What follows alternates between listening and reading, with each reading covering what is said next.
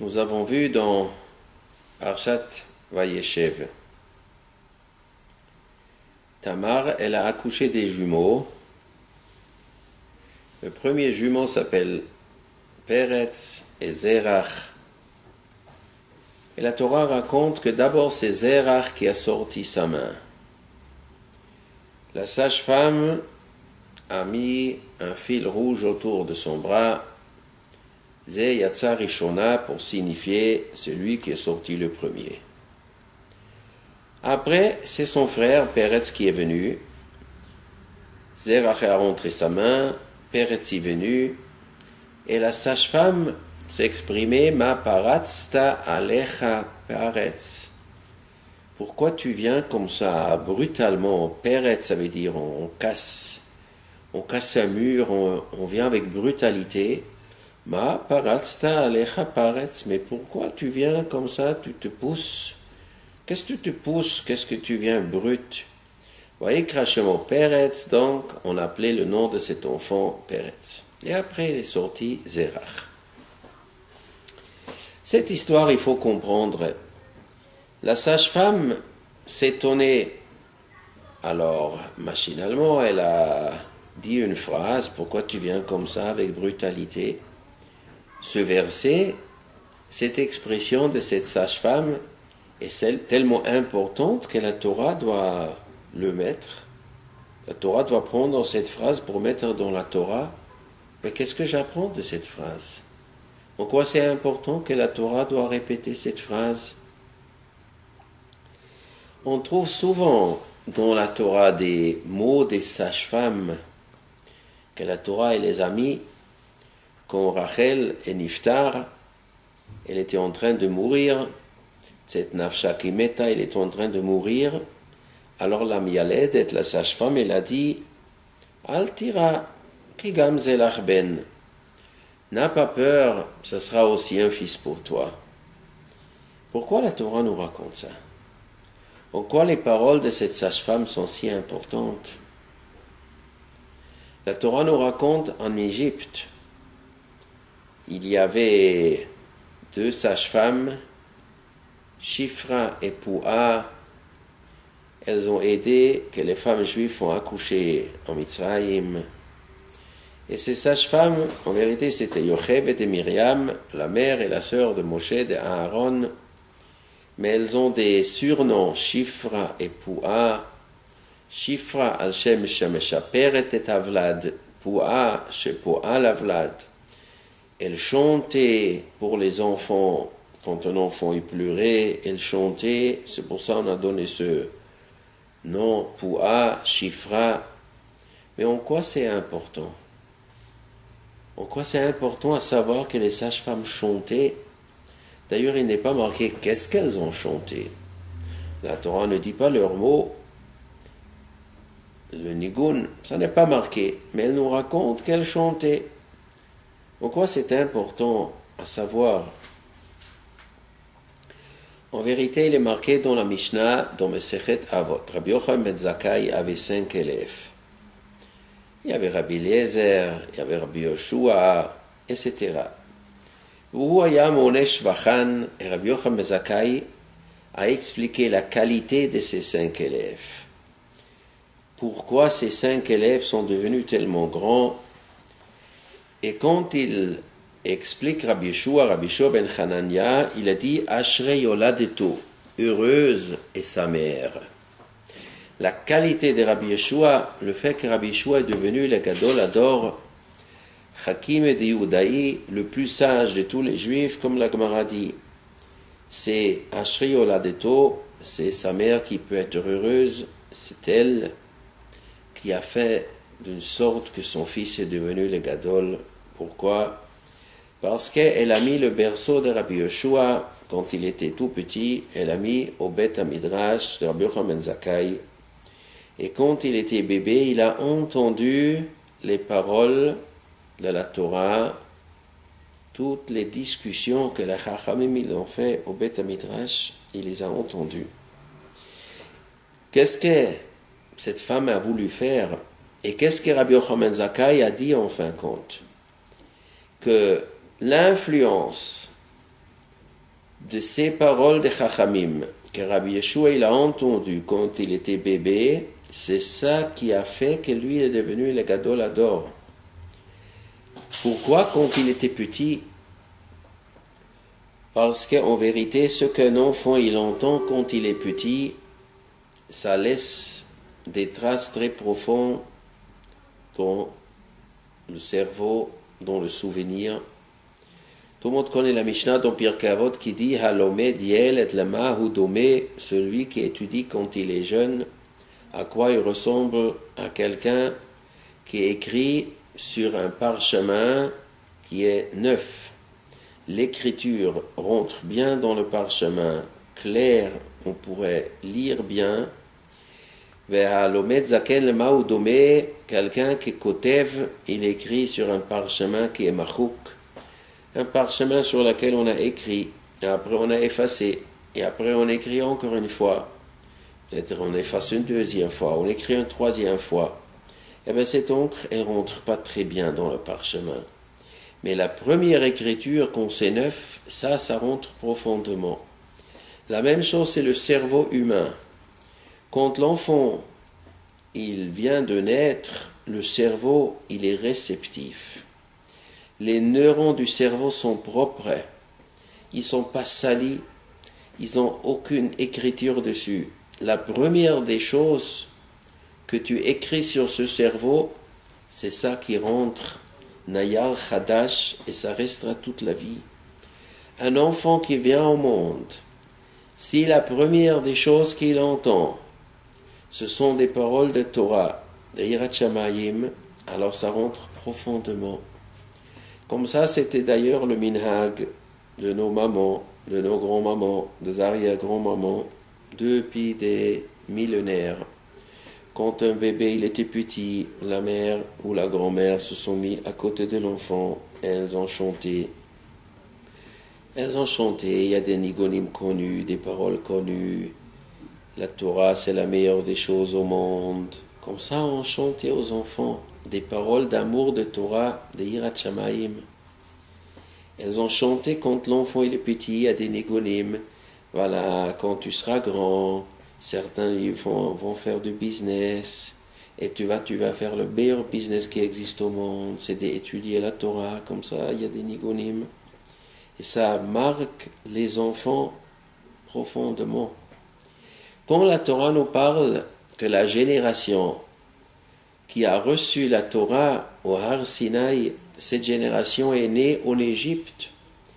Des enfants nés en Égypte ont eu le zrout de devenir des prophètes.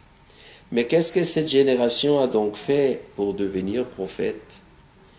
Il y avait deux sages-femmes.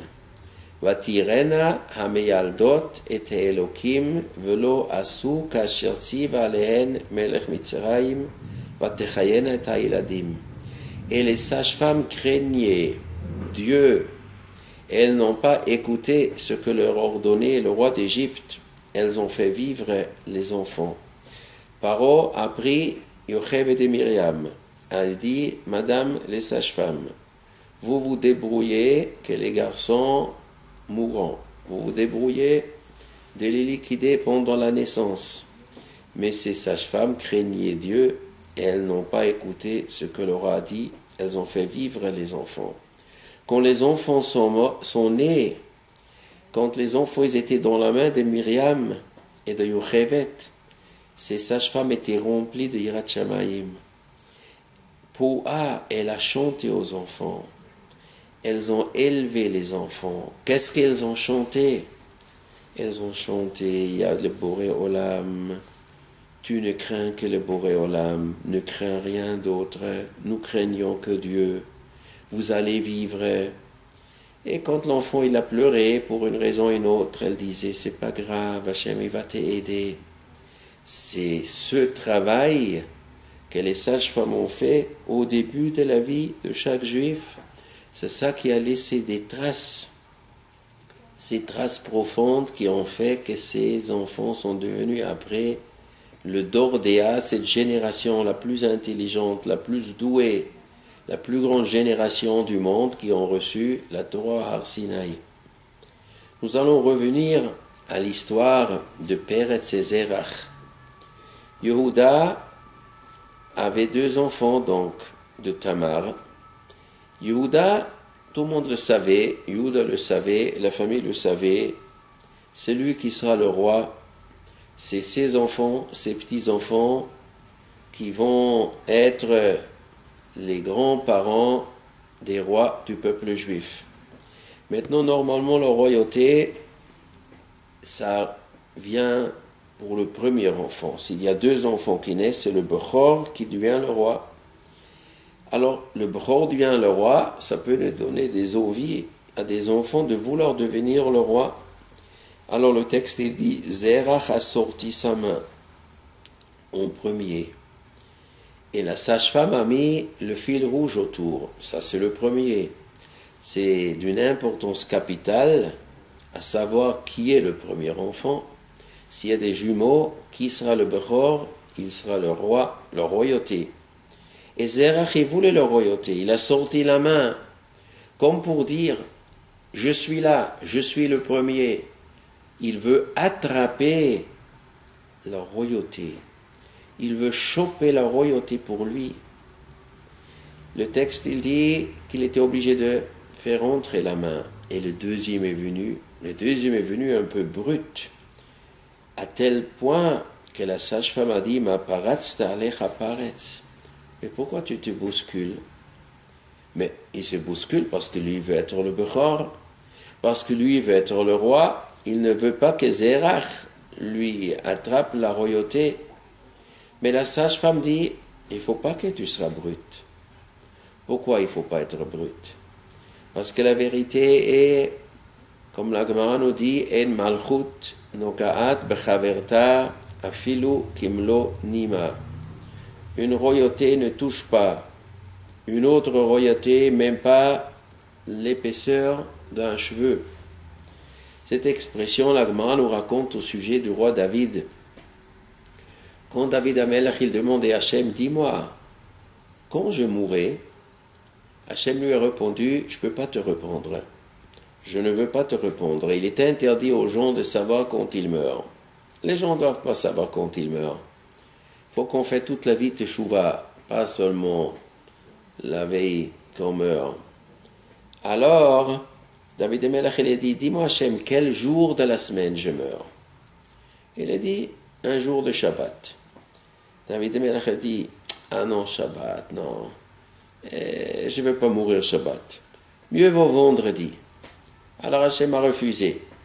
Il a dit, non, tu dois étudier encore une journée, Torah, j'aime ta Torah. Il a dit, oui, mais si je vais mourir vendredi, donc mon fils Shlomo va commencer à régner un jour avant. Donc il va construire le Beth Amikdash un jour avant. Au Beth Amikdash, il va faire des sacrifices. Alors Hachem a répondu, je préfère une journée d'étude de la Torah de ta part que tous les korbanot que ton fils Shlomo apportera pendant une journée. Donc, je ne vais pas te faire mourir une journée avant. Alors David Amelech a dit, bon, alors on va faire le contraire. Je voudrais mourir dimanche. Laisse-moi encore une journée de plus parce que je ne vais pas mourir Shabbat. Alors Hachem il a dit, c'est pas possible. Parce que j'ai déjà promis à Shlomo qu'il va régner à partir de ce Shabbat. Alors quoi? Tu veux vivre jusqu'à dimanche et que Shlomo commence une journée plus tard son royauté? C'est pas possible. En malchut nogad bechaverta afilo kumlonima. Un roi ne peut pas empiétiner dans la royauté de l'autre ce qui est fixé pour l'autre. Ce principe est d'une importance capitale. Ça veut dire, des fois, les gens ils peuvent croire qu'un homme, il s'accapare de la royauté. Il s'accapare quelque chose qui ne lui revient pas. Souvent, des gens ils disent, moi je vais être le roi, moi je vais être le roi. Le roi, le ministre, le président. Il y a beaucoup de disputes. Qui sera le président de la communauté, qui sera le maire de la ville, qui sera le président de la République, qui ce sera ça et ça. Les gens ils se bousculent. Mais Chachamim ils disent, Ein malchut nogad bechaverta afilo kumlonima. C'est Dieu qui donne la royauté. Mishamaye kumukme, toute royauté et ministre et place publique, tout gouvernement est nommé du ciel et personne ne peut prendre leur place. Ce qui est fixé est fixé. On ne peut pas prendre la place de l'autre. Alors, Hachem il a dit à David, tu ne peux pas mourir dimanche parce que j'ai fixé que Shlomo va régner à partir de Shabbat, tu ne peux pas empiétiner. Cette règle de En Malchut Nogad Bechaverta Filo Kumlonima, c'est ça que la sage-femme a dit à Peretz. Peretz, il est sorti brut, il avait peur que Zerach va lui prendre sa place. Ma paratzta lecha Peretz, pourquoi tu viens comme ça? Pourquoi tu te bouscules? Tu veux devenir le roi? Mais si tu vas devenir le roi, si Hachem il a décidé que tu seras le roi, ben tu seras le roi. Tu n'as pas besoin de te bousculer. Si c'est pas destiné que tu seras le roi, tu ne seras pas le roi, ça sert à rien. Et si tu es destiné, tu seras le roi. Tu n'as pas besoin de te bousculer. Ce sont des paroles d'une importance capitale. D'ailleurs, Zerach, il a sorti la main, il voulait attraper la royauté. On trouve plus tard dans la Tanakh à l'époque de Yeshua bin Nun, il y avait un monsieur dans la ville de Yericho, il a volé. Yeshua bin Nun a décidé que personne ne prend un objet de la ville de Yericho. Il y avait monsieur Achan ben Zavdi ben Zerach, c'était un descendant de ce Zerach. Il a envoyé sa main, il a volé du chérem, de ce qui était interdit. Achan a provoqué que les Juifs ont perdu la deuxième bataille en Eretz Kenaan, dans la ville de Haï. Ils ont perdu 36 personnes, et Yeshua ben Nun, il a capitulé, il a démissionné, il a dit Hachem, je vois que ta promesse ne se réalise pas, tu as promis qu'on peut conquérir Eretz Israël sans problème, je vois ça ne marche pas.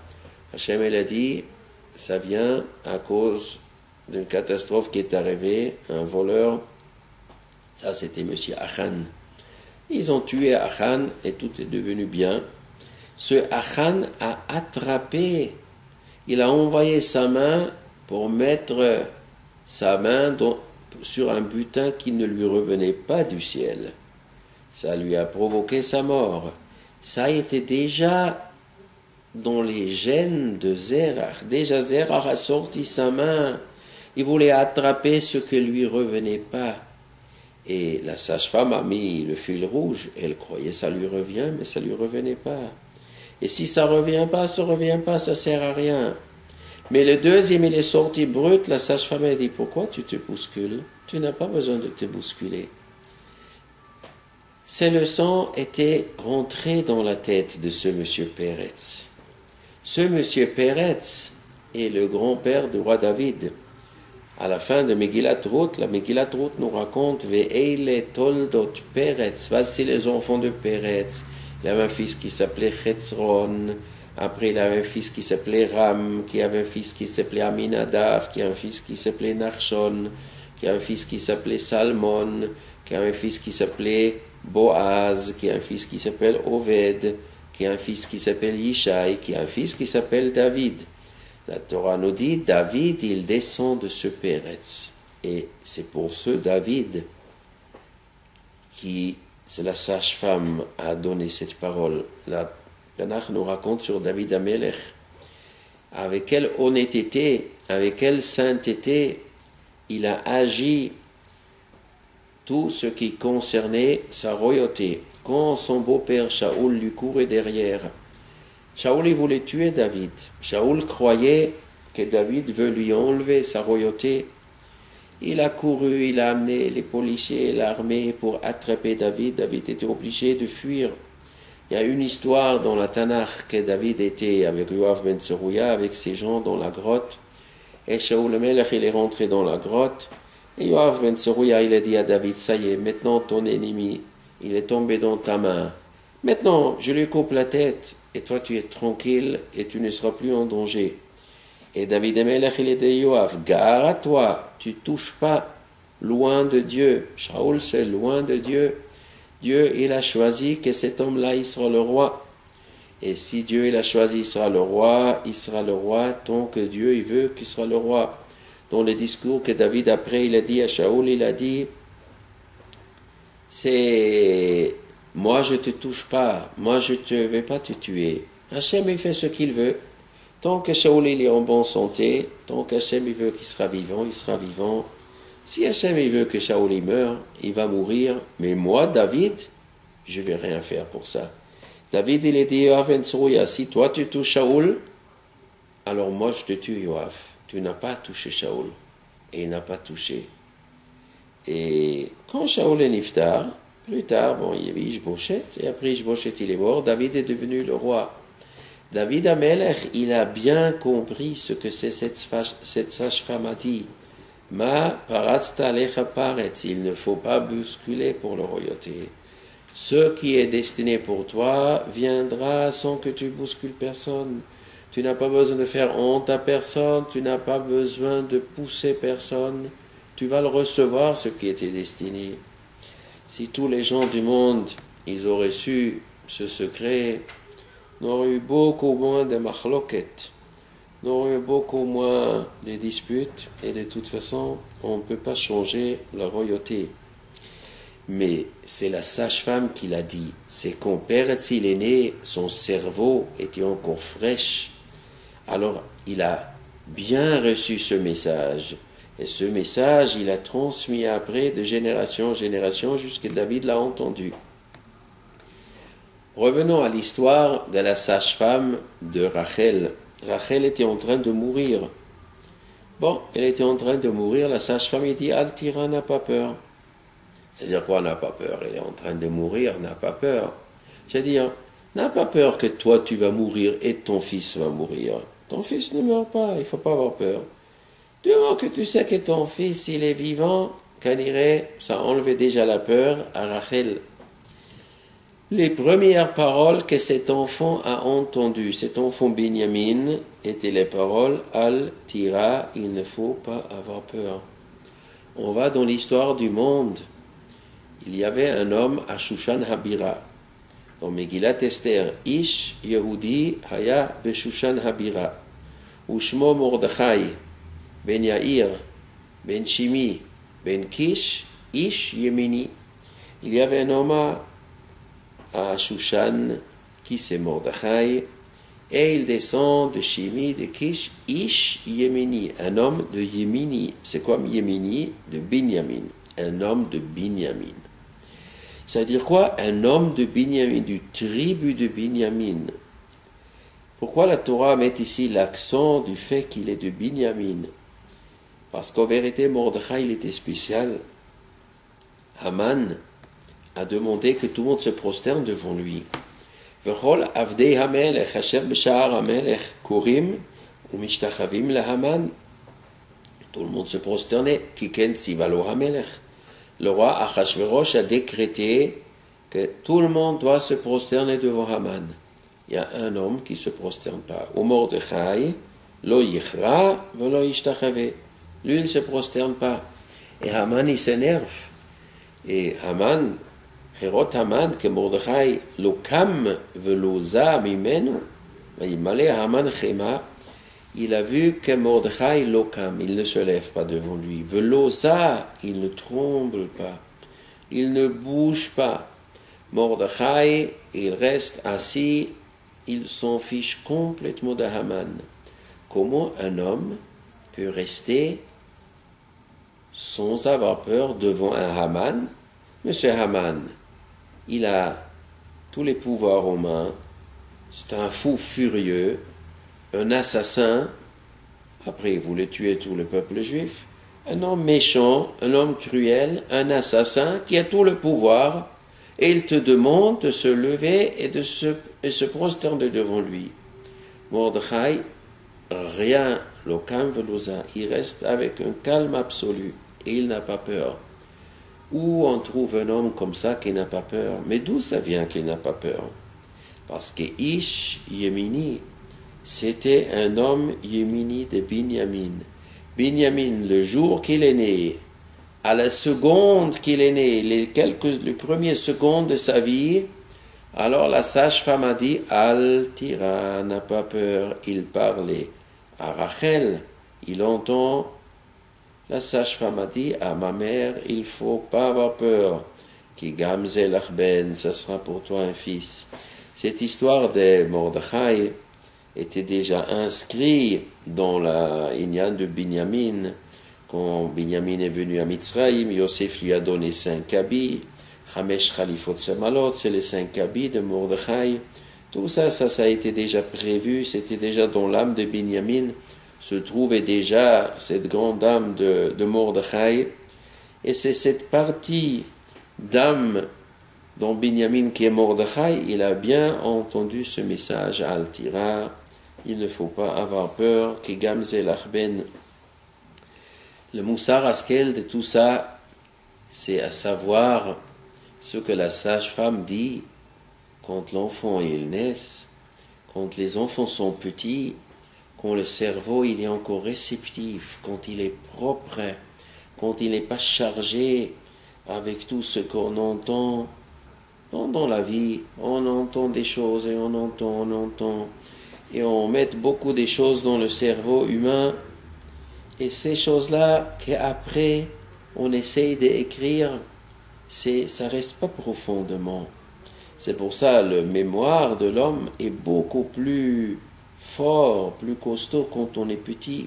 Ce que les enfants ils apprennent, ça reste jusqu'à 20 ans. Ce qu'on étudie avant 20 ans, ce qu'on étudie après 20 ans, c'est pas du tout la même chose. Je connaissais un rav, il m'a dit que le Chazon Ish lui a dit, avant qu'il avait 20 ans, il lui a dit, étudie encore Kodshev et Taharot vite avant que tu aies 20 ans, parce que le mémoire, il est plus fort avant 20 ans qu'après 20 ans. Plus qu'on est jeune, plus ça reste dans la tête. À plus forte raison, le jour qu'on est né.